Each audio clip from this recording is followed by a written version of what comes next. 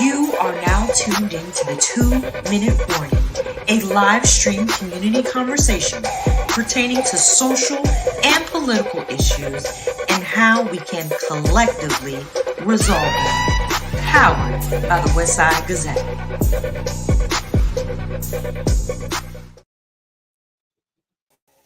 Good evening. Welcome to the 2-Minute Warning, powered by the Westside Gazette newspaper. I am your host, Perry Busby, and joining me tonight is the publisher of the Westside Gazette, Mr. Bobby Henry, and our other co-host, Mr. David Wright. Brothers, how are you doing this evening? Yeah, man, this election thing is running and wearing us down a little, but we're still here, not giving up. I'm still terrific and getting better. That's right. I guess I'm ready to fight. All this sparring and shit, I'm ready to get it on. So yeah, and sometimes you got to meet folk where they are, man. Absolutely. We got to bring the fight. Mm-hmm. Well, guys, I'm looking past all this. I'm ready to get in the victory lane. But the bottom line is, we still have to share this word. We have to talk to folks that are still waiting to go out and get to the polls, and we got to continue to galvanize those that we're gonna take to the polls and make sure that they get their votes counted. Yeah, yeah. And brothers, if you will, please allow me before we begin. I do want to just have a moment to really give thanks to the Williams and LeBlanc family. One of my mentors, Mr. Calvin Williams, who was the first Black elected city councilman in Beaumont, was not just a mentor and a friend and a neighbor. As I shared with David, man, he was really my surrogate father. And when we arrived in Florida this past Saturday to go vote, his son texted me to let me know that he had transitioned. And so just want to just give a real big salute, because he just, as I say, he just wasn't a mentor. He is the one who really established me as a professional. He brought computers to me and invested in me to let me be on this path that I am. And so I owe him a great deal, and his family a great deal, for allowing them to share their dad with me. And so just wanted to get that out of the way and say thanks. Yes, absolutely. Well, you shared with us, though, that you were here, and obviously, our sincere prayers go out to the family. But you shared with us that you were here in Florida on a mission. Right. Yeah, I had a chance to watch the election in in the state capitol.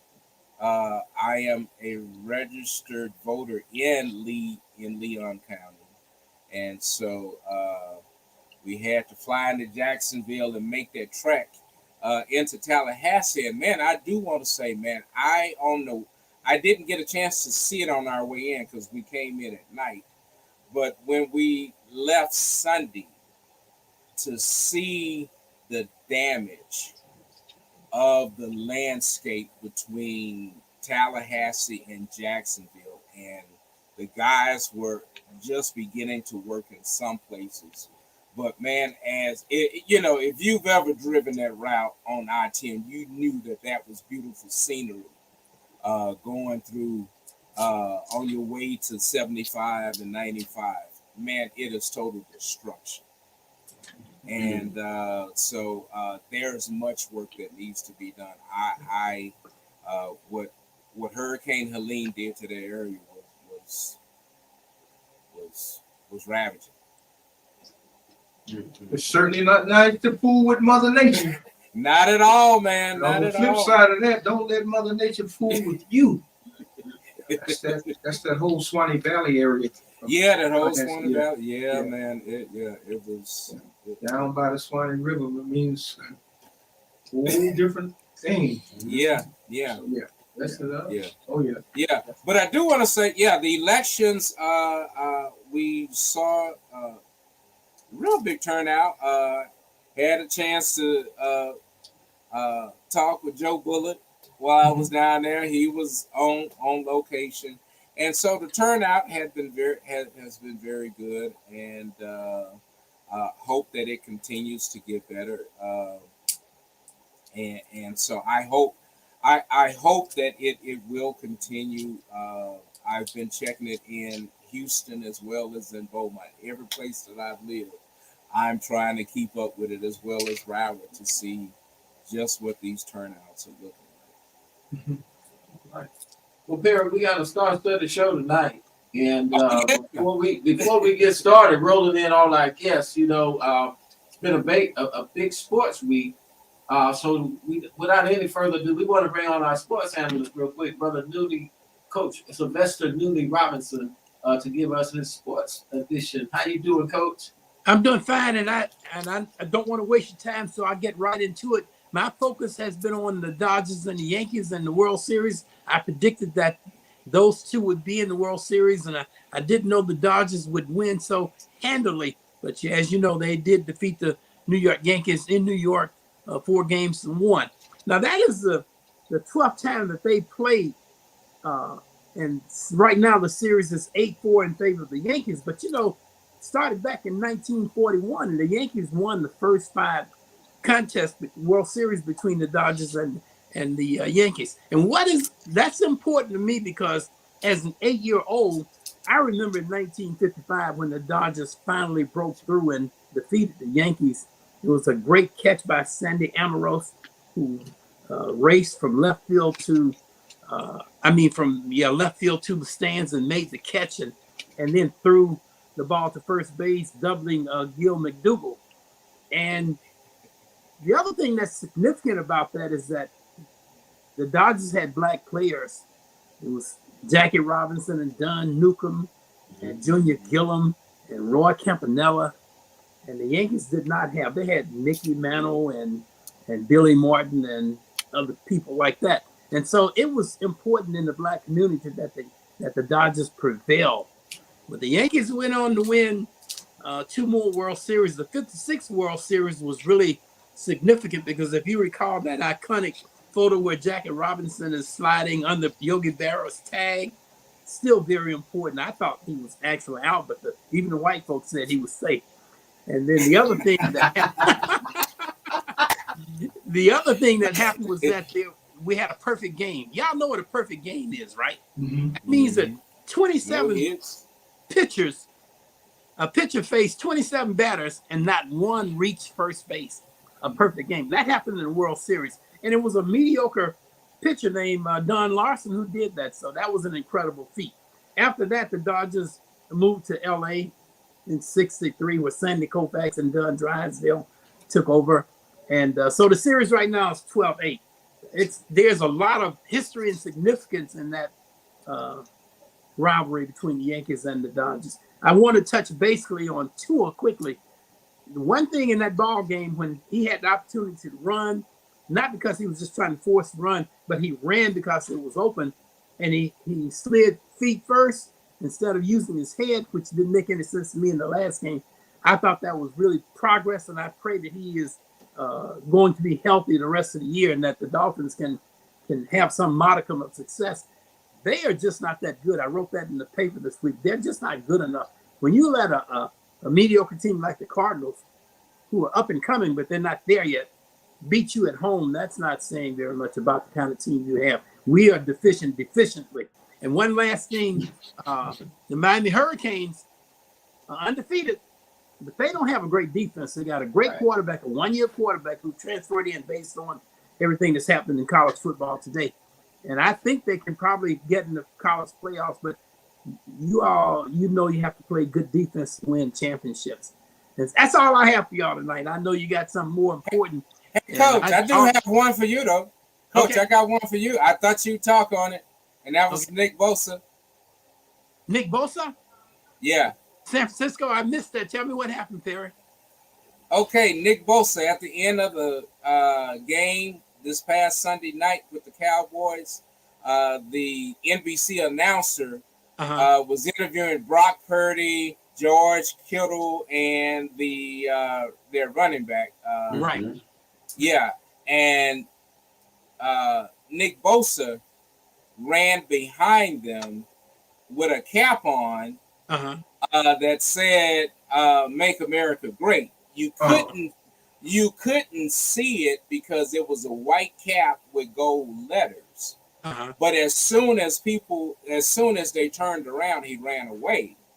And so when reporters asked him about it at the press conference, he shied away from his stance. And so a lot of reporters have been calling out the journalists because they said when it was Kaepernick or any other black athlete, you push to get them to give you a response. And they allowed him to walk away from his response. And Bomani Jones has been one of the leading, him and Jamel Hill have been one of the leading sports journalists who've been calling them out. And Bomani Jones says he's not against what he says. He's not saying that he's against it. He wants him to express. If you're willing to come in and get attention for this hat, then tell us what that means to you. Exactly. I knew that he was a Trumper long ago. I probably had turned away. But we just have to be vigilant and know that more black men support Kamala, and we need to break this myth that black men support Trump. I can't imagine anyone. I don't even understand why this race is even this close. It just doesn't make any sense other than racism, which is the basis of American society anyway. It was begun that way, and it's like that now. But I'm going to be with you all tonight. Y'all have a great show, and thanks, Spirit, for bringing that up. But I always knew that he was a Trumper. Oh, yeah. Yeah. Okay. All right. Spirit, what we got? Who's up at bat?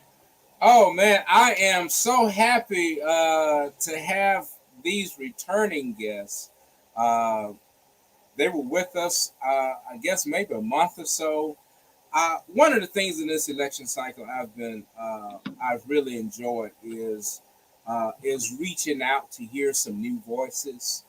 And I'm not much of a social media maven. I don't go out there, but I have X, and so started looking at some people who were on X who were just delivering some messages in some different ways and was speaking really to me. And so I reached out to them, and we had them on, as I said, in August, but I'm so happy to have joining us again Kellee Hough, aka Vote Ho, and Mr. Kenny Akers. And I do want to say, let's bring them, if we can bring them on. I do want to say I've been so excited to see their trajectory even since they've been on this show. And so when we're bringing them back, ladies and gentlemen, we've got some big falutin folk now with us now. You know, they're in some good places, and I'm so glad that they haven't forgotten where they started. So come on, welcome back to the 2-minute warning, Kellee and Kenny. How you doing? Thank you. It's good to see everybody. Thank you. Yes, it is. It's very good to see you guys. Yes, glad to have y'all back. Yeah. Now we gotta lower these expectations. I feel like Perry built it up a little high. Yeah. Not that high. No, but I would say I was so excited. I was listening. I was in my car, it just so happened, and I listened to Karen Hunter from time to time, and was listening in one day, and I heard this voice. I know that voice, and pretty soon she. All right, my girls, we moving up. So yeah, and Kenny, I'm gonna just call Kenny a Panther. Kenny moves like a Panther. Yeah. that brother silent and strategic. I'm humbled by it. Thank you. So tell us what's been going on since last time, and what are we hearing? What's going on? I think And this is really a roundtable to kind of talk about some issues, but we really want to hear what what you are experiencing versus a lot of what we're seeing, because social media and mass media for what it is going to tell that story. But what are you guys experiencing, and where are your concerns and where are your hopes at? Miss Bell Curve, by all means. Oh, well, thank you, Kitty. I'm like Brother Bobby here. I am worn out and tired, but I'm still fighting. We gotta fight. We gotta fight to the end. So it's exhausting, and I feel like I've said all that I can say, and I've put it out there in all the ways that I know how to put it out there. So it's up to the voters now, and hopefully and prayerfully they will do the right thing on Tuesday.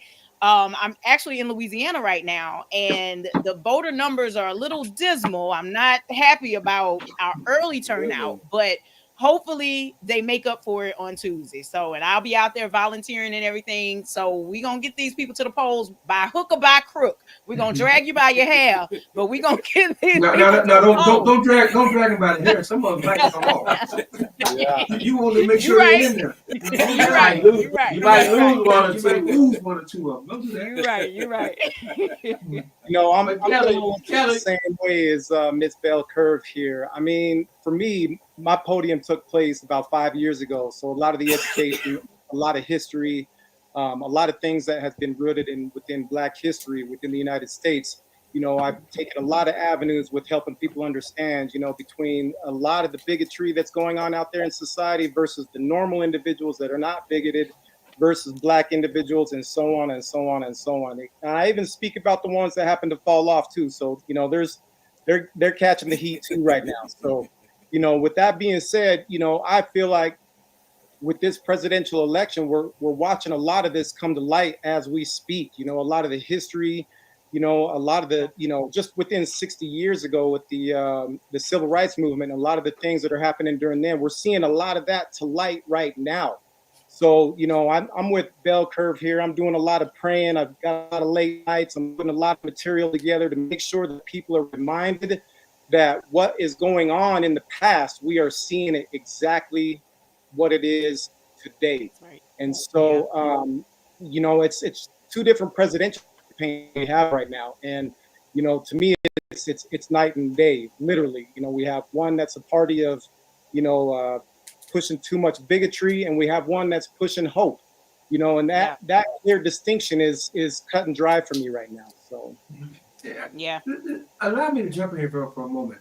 I didn't have the pleasure to engage both of you on the time that you were here.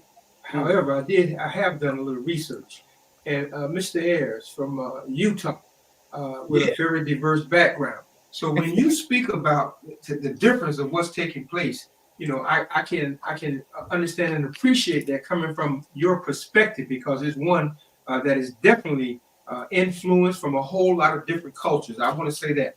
And Boho, I don't know how many times I could ever get away with calling a sister.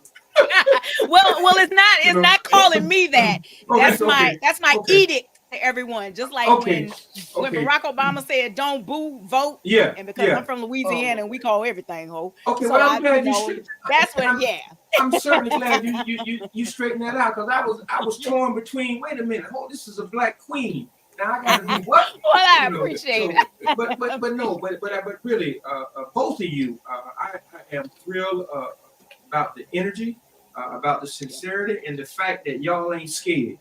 And that's what we need right now. We can play around all day we want to, but right now is not the time to be scared. Right. I just had to put that out there. Yeah, that's why I put that out there. Can't. It's too much on the line to be scared. Absolutely. Absolutely. So Kellee, kind of weird. Go ahead. If I can just interject, I'm admiring your shirt. So it's saying make politics boring again. Yes, Lord. Go ahead and allude to how you came up with that, and are you agreeing with what the polls are saying now? So I will say this: I firmly believe I have friends who are pollsters, so I try not to harp on them too hard, but I am a firm believer that polls are not predictors. They are just snapshots of how people are feeling at the time. So I don't put a lot of weight and a lot of trust in polls, especially I think the poll thing kind of got out of control in 2008, right? And it was all in service. I'm sorry, but I'm gonna say it. It was all in service to lifting up this mediocre white man named Nate Silver. Nate Silver, who was a sports statistician, he miraculously got the 2008 election right. He predicted like most of the states the way that they would go. But anybody with a working brain and calculator could have predicted that Barack Obama was going to win the 2008 election. Like, come on. Like anybody who was paying attention. So, and you know, it was a perfect storm. Obama was the first major federal candidate who had social media at his disposal. Like I've been paying attention to politics for a long time, since I was a child. So that's how I could put these things together. And you know, I was appreciative of what Nate Silver did or whatever, but he like went on this trajectory of being this guy who knows it all and da da da da. And then by 2012, everything he predicted, every poll he put out, it was wrong. So I don't put a lot into the polls, but my Make Politics Boring Again shirt, it's for people like me who we've been paying attention to this for basically all our lives. And we remember a time when politics was about issues and not necessarily a popularity contest and not necessarily about who had the most followers, who could get the most engagement, yada, yada, yada.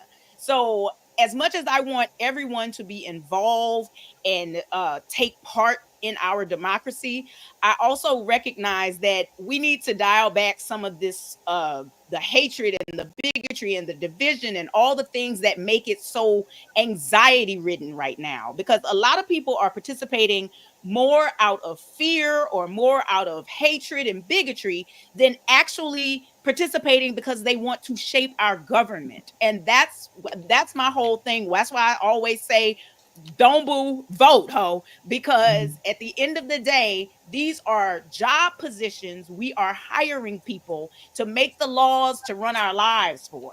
And it shouldn't be, you know, just it shouldn't be what it is right now.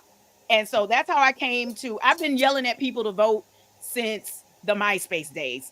Like I blatantly remember being on MySpace, writing blogs and doing all this stuff, trying to get people engaged, trying to get people to vote. So we are exhausted of the hellscape that the GOP with their hyper-partisan politics and Donald Trump especially and all of his ilk, we're exhausted of it. And I just want to get back to where we could fight about issues and not necessarily about somebody who is trying to be a fascist and trying to oppress women, Black people, Latinos, Native Americans, all of these things. I want to get away from that and get back to where we could argue about politics and where we could make fun of it again. You know, like we used to make fun of the politicians and used to have fun with what was going on in our legislature. Now it's just hate, division, and we're always with our backs up against the wall fighting for our freedom. And that is not how it should be in a democracy. So I just want to get back there at some point. And I don't know when, but hopefully we'll get there in 2028. Yeah. Perry, before we go there, though, Kenny, I want your perspective on it too. But Perry, we have another guest that I think we want to just bring into this conversation. Okay, yeah, we have another guest, again, another who is not a stranger to the show, Brandon Freeney. And Brandon is hails from South Florida, so he's going to give us that 954 perspective and that 305 overview. So let's bring on Brandon Freeney. Good evening. Good evening. Good evening. Brandon, glad to have you, my brother. I'm glad to be here. Okay. Awesome. Tell us a little something, Brandon. Well, I mean, the conversation was going in the direction of what we've been hearing, and I just heard about Nate Silver, and what I've heard about that lately is that they're doing something called vote herding, meaning that they're trying to get their prognostications right, and they're trying to mess around with the projections of the polls and things of that nature. And Nate Silver, the guy she just mentioned, is the one that's saying that that's happening. And so things from that perspective look good for Kamala. That's right. I'll put it out like that because it's been a lot of Republican polls that's flooded the zone, as they would say, kind of tightening the race with the national polls with 538 and things of that nature. So as it relates to specifically the polling, that's what's being heard. Now, if we want to talk about what's going on in the streets, I found the source of something very interesting. We mentioned, I think it was Coach Nooney was talking about Black Trump supporters. And I think I found the source of where some of that information has been coming from. Are you guys familiar with the foundational Black Yes. American movement? Yes. Yeah. So what Tariq Nasheed, just to give a slight education to those that may not be aware, basically hijacked the ADOS movement. Mm-hmm. And there has been 3 core tenets that make sense that have led to this unlikely alliance of supposedly pro-Black individuals with white nationalists. So number one, they are the special Black people. Everybody else, excuse Black. Me, people, the FBA, special Black people.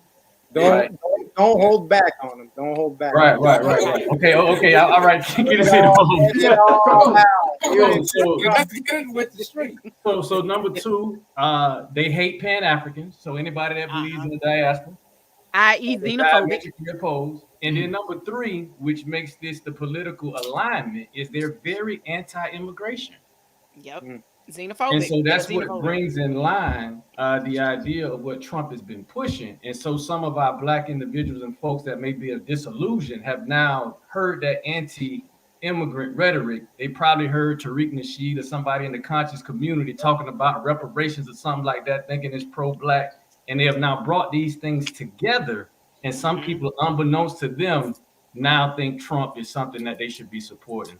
So we can take a deep dive on that later, but I just wanted to kind of bring that to the forefront because that's been my mission and my movement this entire election, just to wake up those that have been brainwashed by the MAGA movement. And I kind of got to the depth of it just recently. So I just wanted to bring that up and bring that to the people.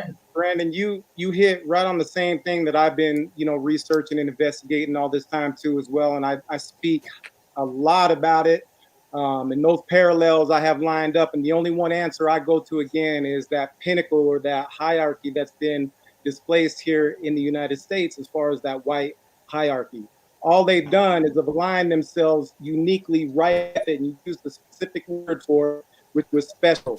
And if you're paying attention to it, they're not doing anything other than outside of being the white supremacy spectrum. They're just repeating the same racial tropes. Right. Individuals that are against their movement, and they're using the same thing that the white supremacists have used all the way back during the 60s, the 50s, all the way back down to the 40s. So we're seeing particular agents just perpetuating the same problem. That's right. So Brandon, do we have numbers? Go ahead, Kellee. But Brandon, do we have numbers? Any idea how many of these special folks? Not necessarily. This is something that I just really kind of fell into a few days ago because I actually went on a podcast of a group. They call themselves the Autonomous Party, and they're not as ardent as FBA, but I see some similarities. And what I've been noticing in these groups is they come under the guise of being independent, so they don't like either party. But what I see all the time is all their perspectives come from the right wing. And I was just trying to figure out why that was. And as I kept peeling back the layers, I started to see these 3 core tenets.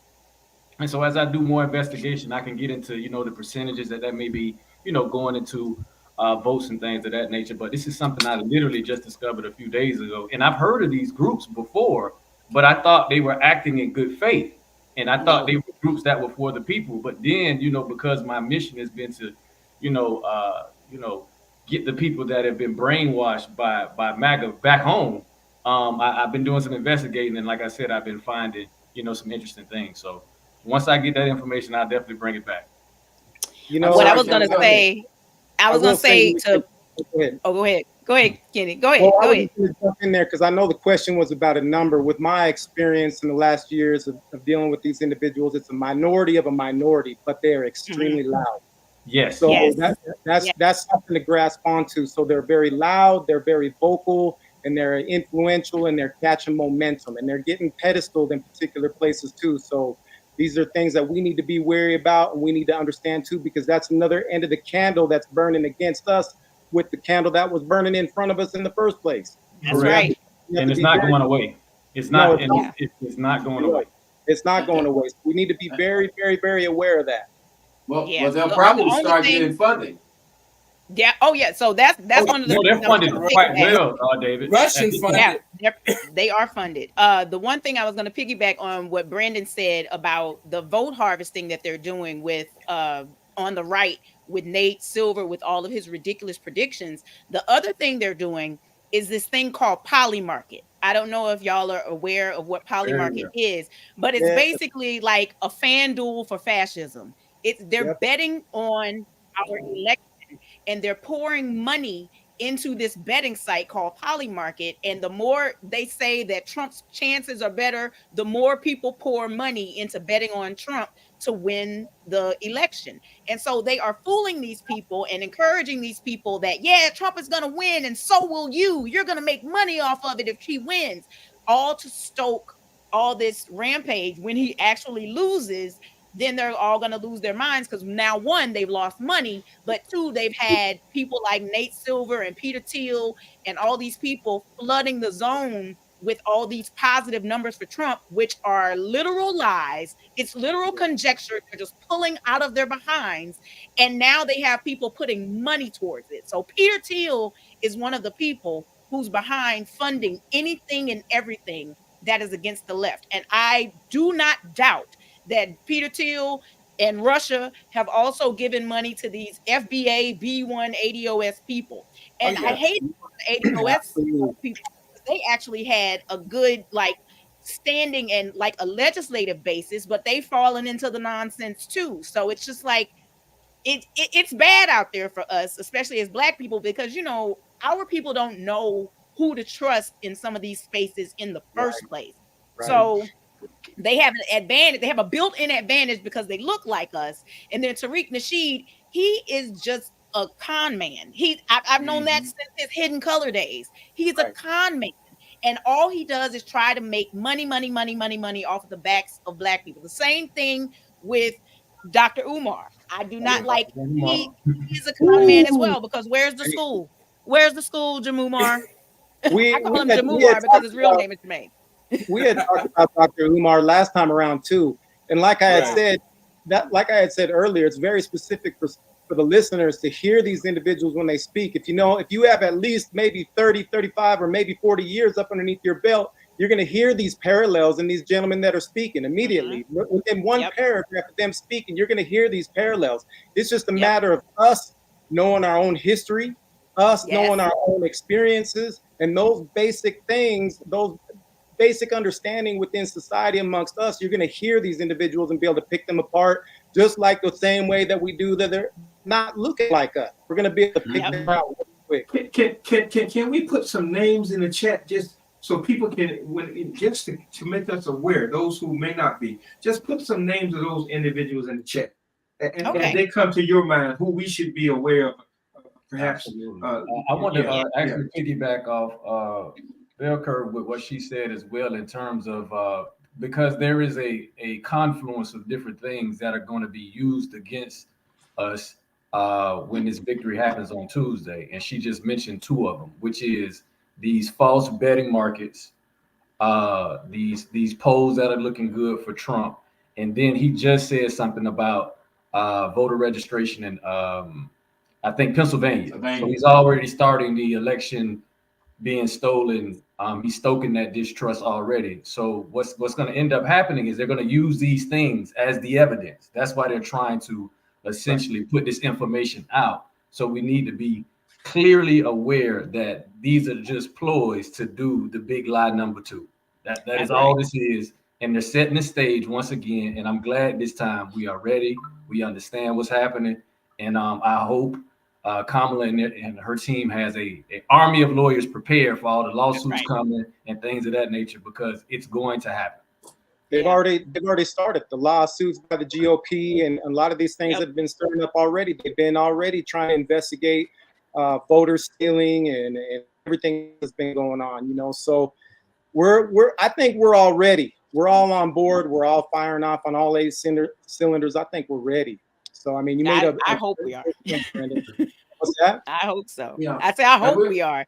And we have people like Mark Elias who keeps ringing the alarm on these things. Like Mark Elias has been talking about this since last year. He's predicted basically every kind of legal machination they're going to try. He's already put it out there, and he is urging people to keep talking about it, because when you already know about it, then the lie, when it comes to you, there's no room for it to take root. You know that these people are doing something that's untoward, instead of it planting a seed of doubt and you going, well, maybe that is true, or maybe whatever. No, you have to stay on top of it. When people are trying to cheat you out of your vote and disenfranchise you from your choices, we have to stay on top of it. And I know, you know, politics isn't as interesting or as sexy as some of the things, but it's your life. It's literally the laws that rule your life. What is legal and what is illegal in this country. And we all know just because it's legal doesn't make it moral. So we have to, as people who are in marginalized communities in this country, until white people are the minority in this country, we have to fight like hell in order to keep our freedoms, because we were never put into the Constitution as full people in this country. So we have to be diligent. I think you hit on a couple of points too as well. I think what's been happening right now is where we had worked in the 60s in the civil rights movement, we were all put down to the ground. I mean, we were working extremely hard. We were doing everything that we needed to. Our families, our households, everybody was talking about it, from the barbershop down to the grocery store. We was all on the same page. Now what's happened is we're finding the, you know, us culturally, our movement being dissipated, or you know, it's getting watered down in particular areas. And so what you bring up is, you know, the voter registration and diverting folks from taking it as serious, because we need to take this serious, as you said. That's right. And we have to be up on top of this, and we need to get our people back more engaged and taking it more seriously. Engaged and educated. Educating our people on the process is, I think, one of the most important things, because a lot of people, as we found when Kamala Harris received the nomination, and there's all these people out here, well, she was vice president for 3 years, why didn't she do anything then? Well, sweetheart, now you're showing that you don't have any civics education. Right, none. Now you're showing that you don't know what a vice president does. So what we need you to do is get educated first, and then you can complain about the system. But you can't complain about something you don't know about. So I try to educate. Even to your point, a lot of folks on our end, when we're having those conversations like that you had mentioned, they don't even know who's running the Senate. They don't even know who's running the House. If you even break those two down, I mean, marginally, we're all over on the Democratic Party. That's right. You know, when they don't even know their representatives, they don't even know who their senators are. Exactly. So when they're jumping ship and they're going over to the Republican Party, and I'm sitting here asking my own question to them, who's going to represent you over there? We got a better chance over here in the Democratic Party, you know, with people that look like us, sound like us, and speaking the same language as us, and getting the bills at least looked at. You know, in some states, we're still, you know, struggling with the Crown Act, let alone, you know, so we have more better chance over here in the Democratic Party. How do we make education, learning again, more fun and inviting, not that pushes us away? How do we engage our Saturday schools to how do we do this to you know, because it's not happening. And obviously in our public school system. I'm sorry, go ahead on, Mr. Akers. No, I was gonna say it's complicated, but it's simple. You know, it's just, if you look at education, and this is my background, and this is where I teach a lot of history, and I teach a lot of these things, and I bring a lot of this to the forefront. So if you look at the American public education system, we're getting it at a very young age. Okay, we're getting very basic, elementary level civics, you know, and history, and all these things that are required to help us understand what kind of country we're living in. And we have to break down our education when it comes to our people in a very simple way and plug those terms in so it makes sense to our people and they can digest it, take it in, and then they can keep passing it on to their family members. Yeah, and I also like what you said about Saturday schools. I'm a product of something like that. I went to Upward Bound on Southern University's campus every weekend through 9th through 12th grade. So I feel as though the Black community, we have the wherewithal, we have the history, and we have the resources to be able to educate our own via the different networks we have through HBCUs, through the Black church. We have to get to a point where we start doing for ourselves and start educating our own children about their civic duty, because that's where it starts. The reason why I'm into politics is not just because, you know, I took civics class and I'm like, I'm interested in this. It started because my grandmother used to watch C-SPAN all day and yell and scream at the TV about these legislators that weren't doing their jobs properly. And I was interested in that. And so that's kind of what I do. And that's kind of how I try to make it fun for people. I try to be as authentic as I can. So when something that I'm very passionate about comes up, I make a TikTok about it. And it's funny because the things that I put a lot of thought into, I make an outline and I try to have nice lighting and I try to, you know, make it something that is presentable. It gets no views. But when I'm yelling and screaming at the TV with my hair looking a mess and proactive on my face, it goes viral. So I think one of the ways we have to do it is be sincere. We have to meet people where they are, and we have to make sure we are being as sincere and as truthful as we can, because people can see that even through the screen of your phone and the screen of your computer. You can tell when someone is being authentic most times. And so authenticity really matters, especially to the Black community, because, you know, we all grew up here and don't take no wooden nickels. We all grew up knowing that there's somebody who has an ulterior motive to do something to you and make sure that they keep you down. So what we have to do is counteract that and circumvent those things, and also bring some humor to it, bring some levity to it. Like, I know my shirt says make politics boring again, but that's just in a certain context, because politics actually is really messy. Like, I was speaking to someone earlier this week about how politics is more juicy than some of these reality shows that people watch, but because you think it's boring and you think it's, you know, something that you don't want to get involved in, and you think it's just people talking about boring things, you're not interested in it. But like that whole story about Bob Menendez with the gold bars in his closet, that should have been way bigger than what it was. But because we're inundated with all this nonsense from Trump and his cronies, it just kind of flew out of nowhere. But the kind of fun we could have had with that kind of story, you know, that would get people involved, and that would get people going, wait a minute, now my tax dollars pay for this person's salary. Hold on. So that's my goal. Right. But wouldn't you say but wouldn't you say that that's not a flaw? That's really by design. Oh yeah. It's definitely by design. They definitely want to make it seem overwhelming for people to learn the 3 branches of government and how our government actually works. But it's really not that hard once you know, like, we all have access to Schoolhouse Rock, you know, like it's not that hard. But what you have to do is connect the education with the responsibility and how tangible it is to your life. When people realize that every single thing you are allowed or not allowed to do in this country goes through your state houses and goes through Capitol Hill, then maybe they will start, you know, paying attention more and go, wait a minute. So I have a say in this being legal, or I have a say on how long people got to stay in jail for this, or this, that, and the third. When you realize that legislation is literally in the palm of your hands when you walk into a voting booth, I think that's where it clicks for a lot of people. But we just got to make people see it, and we have to meet people where they are. Well, I think here in Florida, they're starting to get it, especially at that state house. And they're hearing from this so-called governor we have. But listen, there've been some questions asked from our viewers.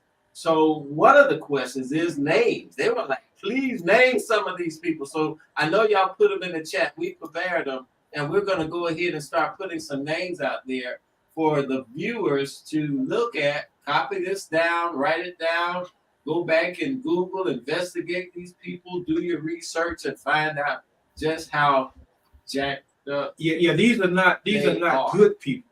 Just how These are not allies. These are not allies. This isn't the market license. These are the ones that are. Go ahead, Roy Ayers. They're con men. I wanted to emphasize again to your listeners, when they're doing their research on these individuals, what history they have of the white bigotry and what they know of it based on their experiences. It's important that you put the parallels together and put them side by side so that they can determine, who's echoing that white bigotry down the line. That's the most critical part when you're looking at these individuals. I would also like to add to that the other thing that we must be cautious of in this country, and a lot of it, the conversation was going on about 2 weeks ago when people were saying, well, what is Kamala Harris going to do specifically for Black men? I just want to remind everyone that in America, you cannot make policy that is geared to help only one demographic of person. It is literally illegal. It is literally unconstitutional.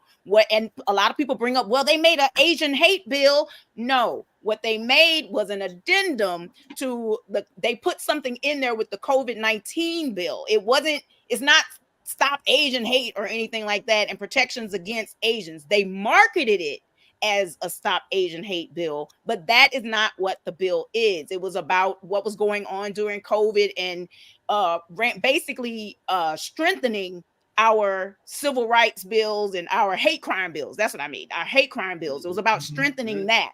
Just like the Lilly Ledbetter Act. People think that that was a bill for women to get fair pay. That's not what the bill says. The bill says that if you find out you are not getting paid equally in the workplace, you have the right to sue.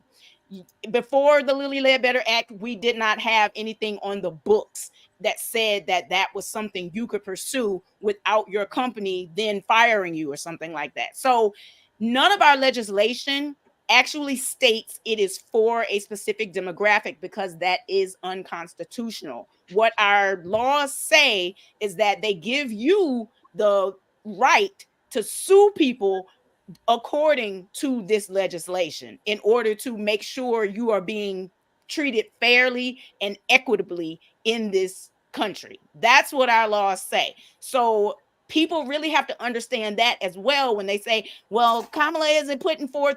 And what upset me about it was that she had to make a bullet point spread about what she's doing for Black men. But these things don't solely help Black men. They help everyone who are in the same position as Black men. Black men will benefit more than everyone from the things that she's putting forth. And that, like, I don't understand why people just couldn't get that through their heads and they wanted it on paper and they wanted her to say it specifically. So it finally happened. But at the end of the day, it was a bullet point presentation of something that she was already doing. Like, Kamala Harris had been on a tour since 2021 or 2022 trying to focus on Black men and their economic status in this country before she was even the candidate. And I was just, I was taken aback by how easily the men of my community, who I love, who I support, who I fight for every day, fell into this nonsense of, well, she's not doing anything for me. It's like, what? Are you? Yeah, it's Right, exactly. right. Exactly Can what I we were speak to that before you go, Kenny, real quick? To that point, go ahead, in addition to please. yeah, I appreciate it. And I'm glad you brought up the specificity because that is the myth that the FBA community, that's what they hang their hat on. So when you speak to these people, it's going to always circle back to what's happening for the Black American Negro, not somebody that's Jamaican, not somebody that's Haitian, not somebody that's African.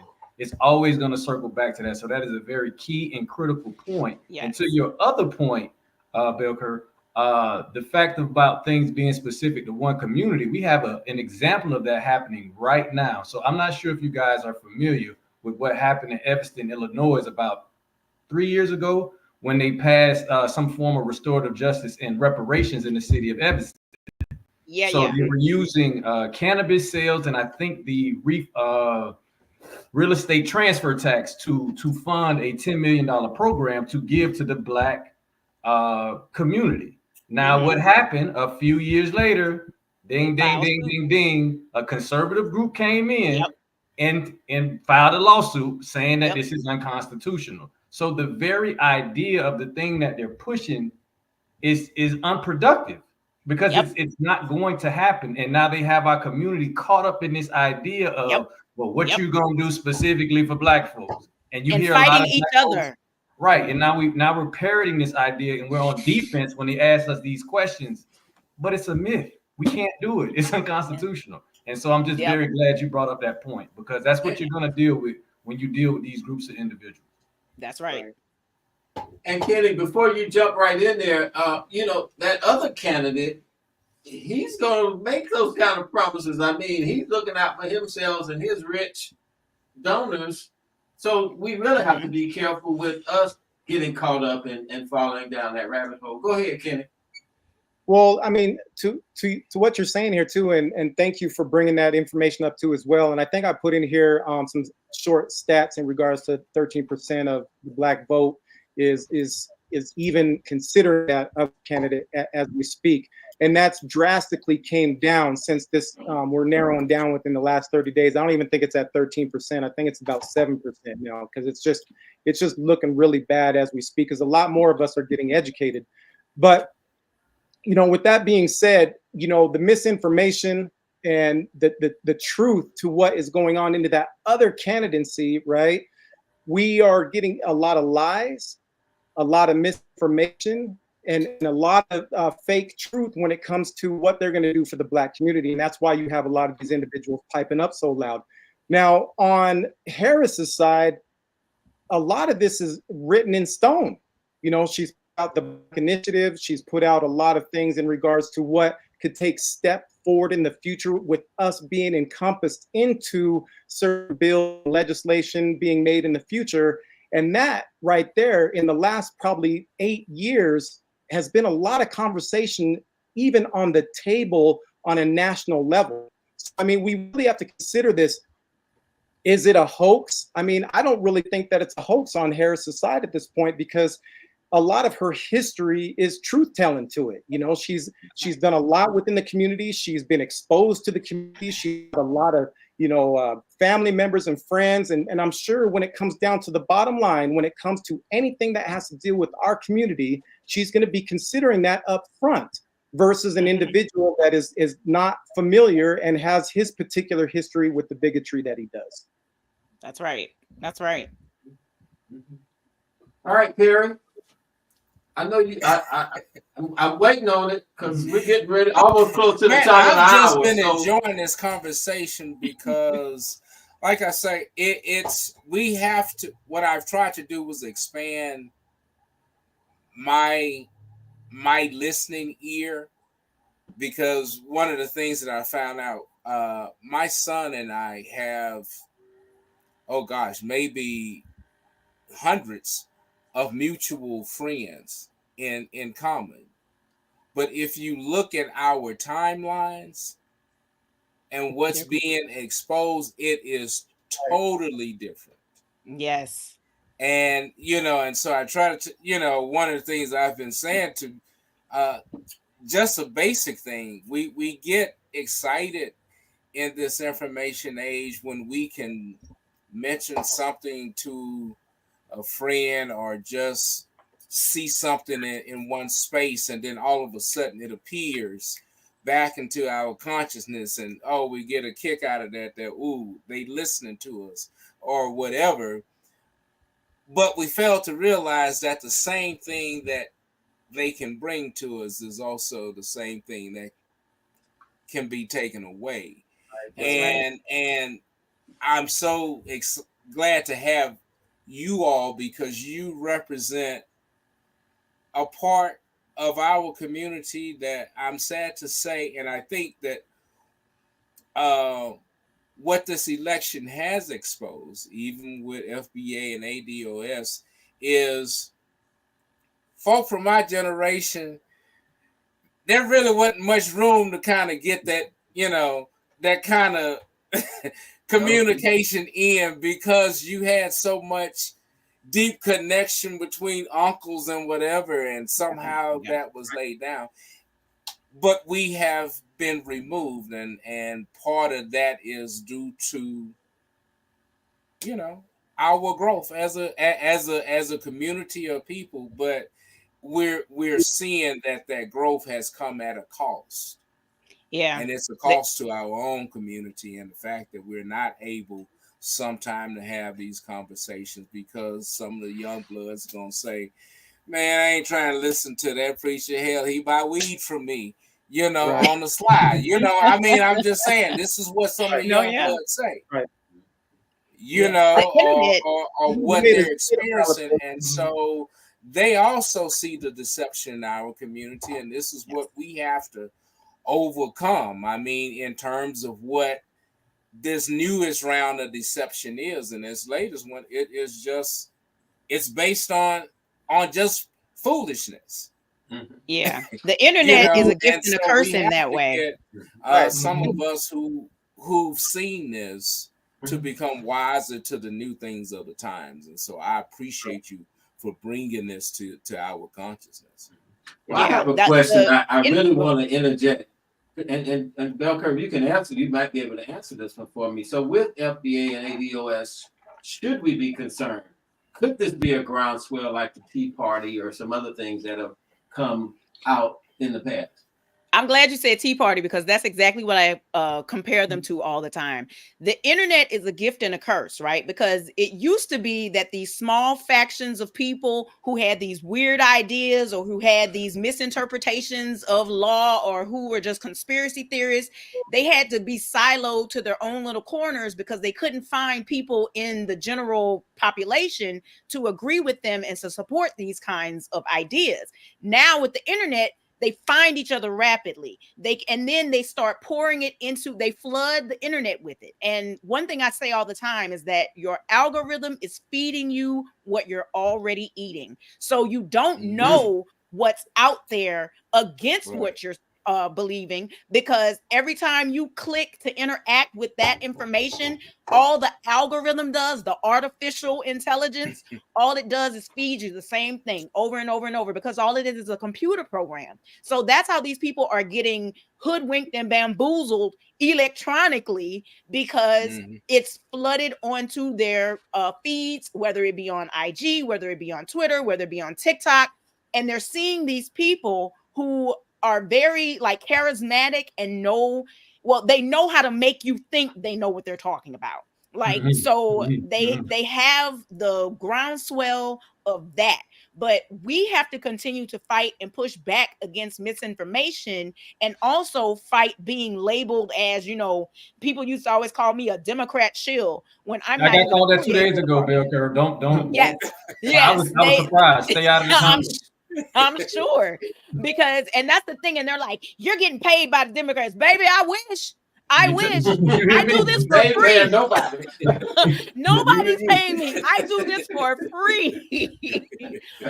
Look, if you know somebody who wants to pay me, please give them my app, because I would love to make some money. But it's not about money for me. It is about our future, and it is about our life. And I'm just, like I said, I'm from Louisiana. We don't like people playing in our face. And I'm going to fight you, whether good, bad, or otherwise. I'm going to fight you if it's about my freedom. And so what we have to do is be more vigilant about not necessarily arguing with people online, but pushing back on misinformation. And when you know somebody is just full of it, go, hey, have you read anything that is decent and accredited publication about what you're talking about? Because If you don't know what you're talking about, if you got this off of a book on 125th, that baby, you need more research. You need to do a little more research on that. And no tea, no shade, no Beyonce lemonade to the people who sell books on 125th, because I have bought those books before. But you also have to have a wealth of knowledge, and you have to have different sources that you get things from. And your algorithm is not it's not a reliable source, because it is feeding you what you're already eating. It is a carefully crafted, sophisticated cyber rabbit hole. That's right. That's right. So, guys, we're at the top of the hour. We're at the top of the hour, and I understand some of you may have to leave us. So we want to get everything in. I do want to acknowledge one of our viewers who's continuously commenting, Rachel Johnson. She's just so thankful for this conversation. But her last comment asked about how do we trick AI so we get access to more information to be educated? Brandon, I don't know if you want to jump on that one. And then after that question, we want to kind of, whomever we know that may have to move on, we want to get some of your final comments. Go ahead, Brandon. Well, in that sense, if it is the information that you actually want, all you have to do is continue to search for it, and it'll continue to give it to you, as Bell Curve just told you. If you're trying to look for alternative information or to find the other side of a thing, just begin to search it. Because at the end of the day, the purpose of these algorithms are to keep you on the websites and the platforms in order to have advertisers spend money. So they're going to do everything in their power to make sure they're feeding you exactly it is what you've shown that you have an appetite for. So if you have an appetite for a particular type of education, there is a plethora of that information on whatever website, whatever social media platform, from YouTube to TikTok, that they will continue to feed you. So you don't necessarily have to trick the AI into giving you what it is that you want, because if you want something in particular, you are going to get it. It's going to start. Right. Yeah. My rule of thumb is it available offline? That's my rule of thumb. Is it available offline as well as online? If you can't find it in a book or in some tangible way on a microfiche or anything else, then you need to hold it in the suspect category versus this is absolute truth. Absolutely. I was going to add to what Brandon had to say in regards to the algorithm too as well. Make sure that what you're interacting with as well, as far as you're searching. If you're interacting with things that oppose your opinions, then it's going to keep giving you that information too as well. So make sure it's things that you want to interact with positively in regards to what you're looking for, and it'll keep giving it to you as well. And to that point, I just want to make another point. There are also times where they'll give you things that they feel or suspect you don't like to get you upset. So they're just causing a bunch of emotions all the time. I've seen that as well. Like I will have just had a conversation, or I'll just have interacted with something, and I had a negative comment or something like, and something else will just pop up. So we have to be constantly vigilant as to what we are, planting in our gardens, which is our mind. So that's right. Yeah. That's right. That's right. Yeah. Right. I always say, as a rule of thumb, if it keeps telling you what you already know, then be suspect. That's right. That's the confirmation bias. Right. Yeah, confirmation bias. And that's the psychology behind this AI and technology. Is if it keeps you at a comfort level, then you will remain engaged. And so what we have to do is begin to push back from this and find other ways in which I for one thing, I tend to take periods of breaks on certain platforms so that they cannot continue to know exactly what I'm looking for. And I know they search for me. But, no, that's real. I do that too. Right. We have to be on the defense as well, because that's the trick bag in this. As long as they keep you happy, you're gonna keep coming back. And and so none of us want to admit to addicts, but it is addictive. Social media is addictive, and also getting your opinion validated is also addictive. And so that's why these fringe groups have grown so big, and so and they fight so adamantly for each other. And the other thing you can tell is that they all have the same talking points. Yes, they all say the seminar, same talking to a playbook, just like MAGA. Yeah, just like MAGA, like the ADOS. And here's the thing. Yeah. They I don't gave the want to. same example, Bell Curve. You brought up the Asian hate thing. When I had this conversation, they brought up Yep. the same exact example in trying Yep. to say, well, the Asian Americans got this. And what they tried to do, which they tried to be slick, they were like, well, because Kamala's not black and she's been purporting to be just Indian, they gave that because she was Asian American. I said if Gretchen Whitmer was the vice president, they would have did the same exact thing. So stop it. That's right. That's right. And the other thing about this whole Kamala not being black, baby, I wish you would tell Alpha Chapter, aka she ain't black, to her face. See what happened. See what happened to you. From Oakland that went to a black church. From Oakland. Say it to her Right. face. See how black she get. Okay. But the one thing I did want to say about it is that, again, we have to be diligent about what we entertain on the internet. And one thing I wanted to say, because I know we're talking about the FBA ADOS people, ADOS, I don't want to harp so hard on them because I know it started as something that was trying to be legislatively forward for Black people to get reparations in this country. That's how the ADOS movement started, but it's been hijacked, and it's purely xenophobic in nature now, because now they have Black people pitted against other Black people and like, well, what percentage Black are you? How many American grandparents do you have? Okay. And it's like, have you had your DNA test? I want proof to how much Black you are. And for those, I know we've been saying ADOS and FBA, but can we explain to those what they mean? Don't know what they mean? Okay, so go ahead and write it out in the chat again. Okay, it's ADOS is American descendant of slavery. Mm-hmm. FBA is foundational Black American. Sometimes they say fundamental, and I'm like, okay, you're new because you just got on here. And the B1, I actually don't know what B1 stands for, but that's a new one that has popped up. And they have the Freedmen's now too. I think they're associated with those. Freedmen. Yeah, like the Freedmen Association. All of it is the who? You said the B1? Yeah, B1. What do you know what that is, Kenny? I haven't. That's like what new it to stands me. For. I've seen it, and I've seen it on Twitter a lot. They put it in their bios, so I don't know. Maybe it's like Black First. I don't know what B1 means, but what I do know is that all these people are conspiracy theorists who have way too much time on their hands and who have been bamboozled into voting against their own best interests, just like white women who have been bamboozled into voting against their own best interests for Trump.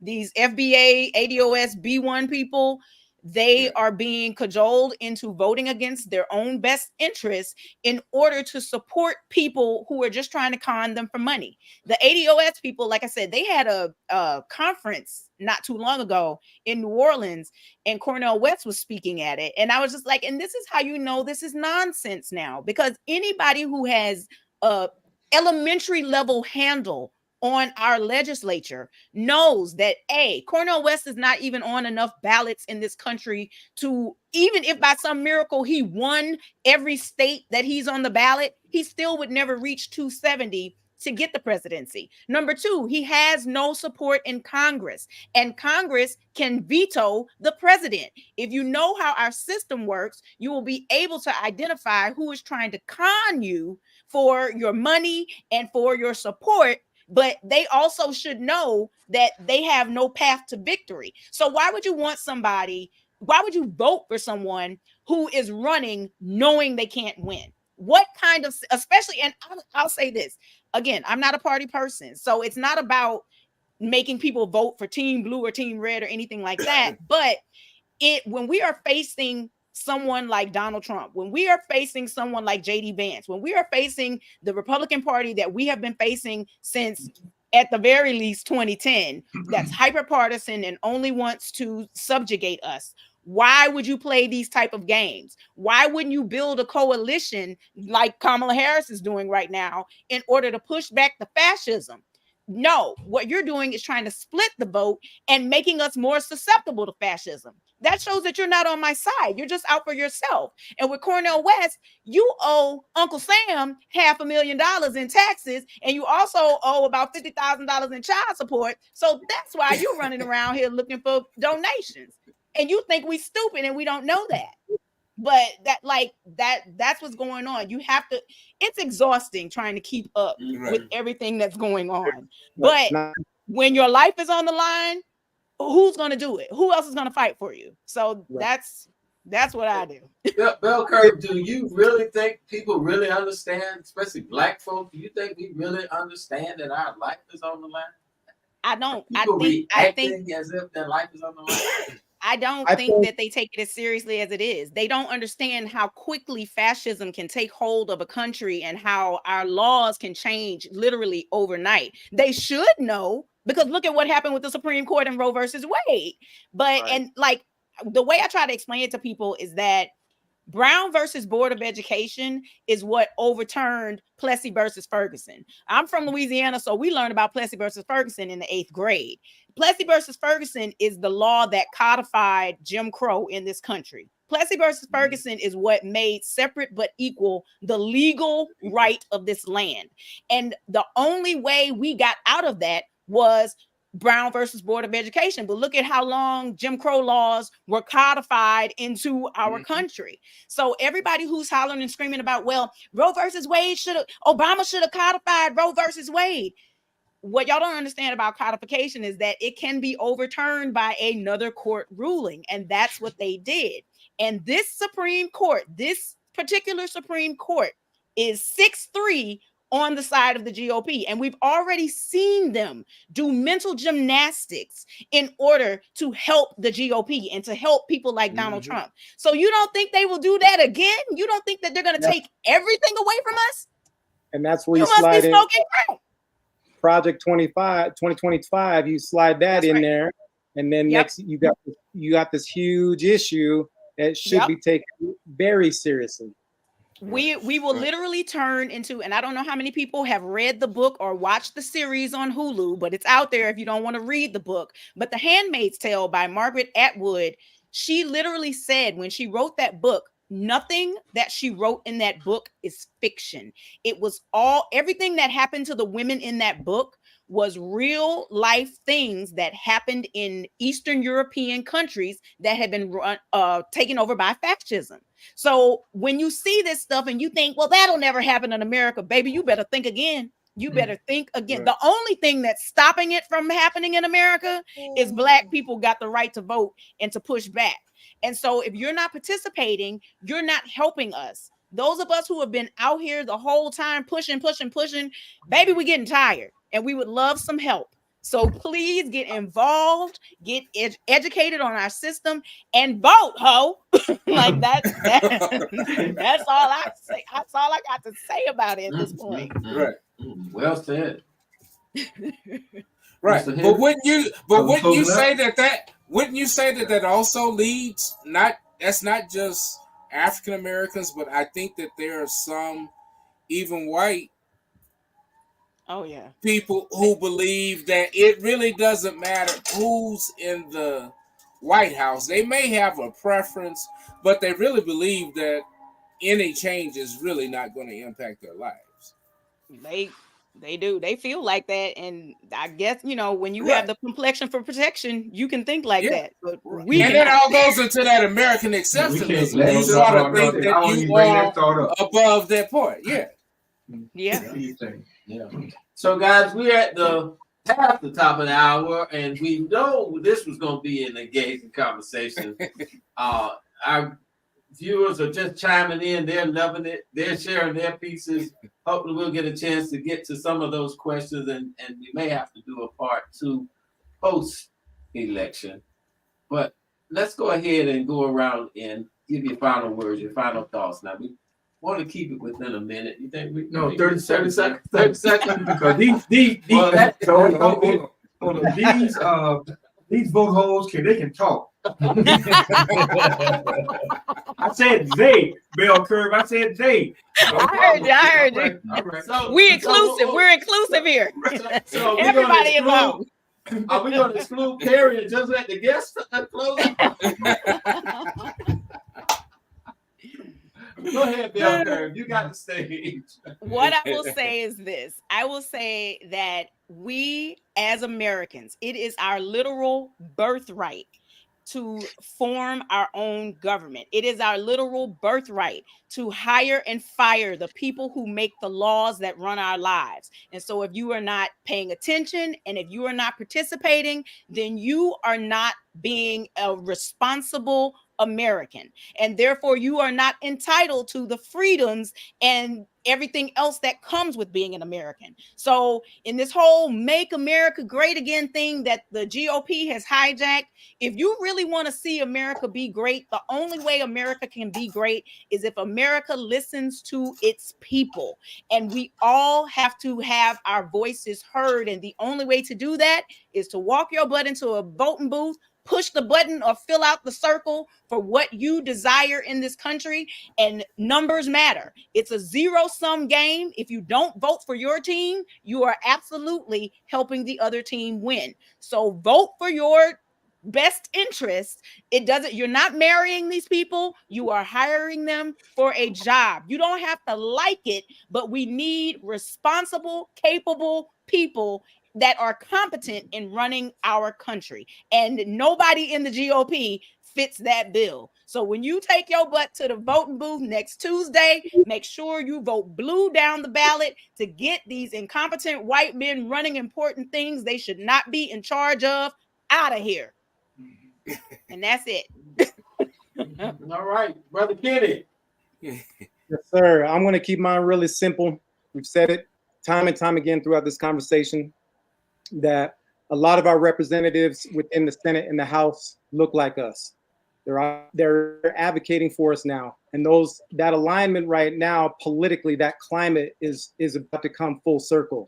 So if you vote blue down the ballot, that's going to put us all in sync, and we're going to make astronomical changes to our society, and we're going to see more happen within the community. So this is the eye of opportunity for us here. So get out and vote.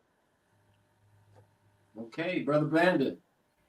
So I'll start with the education piece, or some insightful or some informative information. Bell Curve brought up Nate Silver, who has been, crowned this guy who isn't that great at his job. But I'll give you some information on an individual that's pretty good at his job, which is not polling, but actual data. So a guy by the name of Simon Rosenberg, Target Smart, when voting starts, they begin to tabulate and bring in that information so you can start to see actual voting numbers, not polling numbers. So if you really want to know what's going on in a race, you can check out Target Smart to kind of get a better feel as to what's actually happening, not what the mainstream media is telling you. Number one. And number two, you decide who decides. So like your vote, that's your voice. So make sure you use it. Right. Very good. All right. Brother Bobby, you gonna close this out? Yeah, I'll close this out. I'm sitting here, I'm full. This is probably one of the only shows that I've ever sat this quiet. I'm actually a student, and I certainly appreciate that. But I also want us to understand that this election is almost over, period. I don't know what more can we do that we haven't already done. So my thing is for us to prepare for the future, to get past this election and begin to put something in place. I want to thank you for joining us tonight for Election Roundtable and the People Say, a community conversation. We've heard powerful insights from our guest, Kellee Hough, also known as Bell Curve. I'm not going to go the other way. Brother Kenny Ayers. I want to associate you with Roy Ayers. My life, Akers. sunshine. Akers. Okay, that's Akers. I got it tight and wrong. So that's itself. I'm reading what I wrote. I apologize. And our other invited guest, Brandon Freeney. We know some things about mesos, but we'll leave that alone. I want to thank each of you for sharing your perspectives that remind us of the importance of our voices and our votes, and why and how people want to steal and silence them. As we approach this critical election, let's remember that democracy isn't a one-time event. It's a continuous commitment to making our community stronger. let's also take a moment to honor breast cancer awareness, which concludes today.